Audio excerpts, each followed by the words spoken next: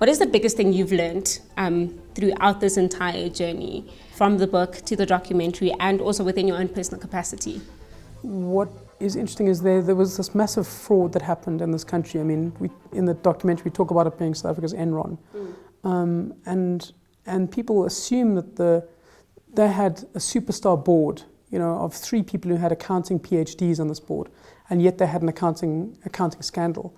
So the notion that just because you have a fancy board and fancy titles and you're a fancy JSE listed company, everything will be above board, that just isn't so. And I think that a lot of these things in our society have created these veneers, and nobody looks deeper into it. I never lied about the activities of the company. It did seem like a smoke and mirrors empire. And it's South Africa's Enron. That's why I think a documentary like this is useful, because it helps people understand that actually this isn't this other world of fancy corporate stuff. It's pretty understandable. These are normal people doing extraordinary things, and you could do it, and it's not, grapple with this, understand finance, understand business, because this all affects our lives. People's pensions were invested in Steinheist, in Tongaat, in EOH, and these things had disasters. We shouldn't just think, oh, it's the finance world, I don't understand it. I mean, people deal with this, and economics affects our lives, it affects what happens to us. How could one person do so much damage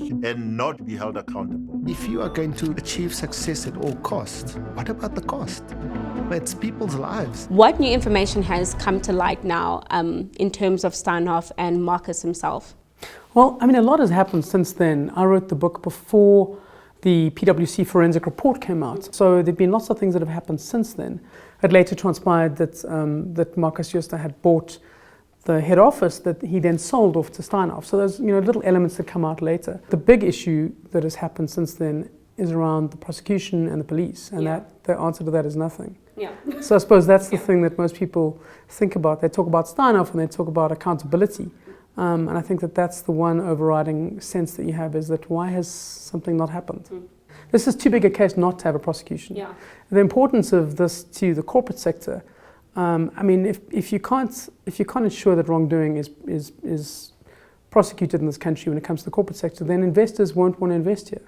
Then the country will be in a far more unstable position if white-collar criminals think they can get away with it. So I think the importance of doing this, just in terms of sending a message, is vital, and that's why I think it's going to happen.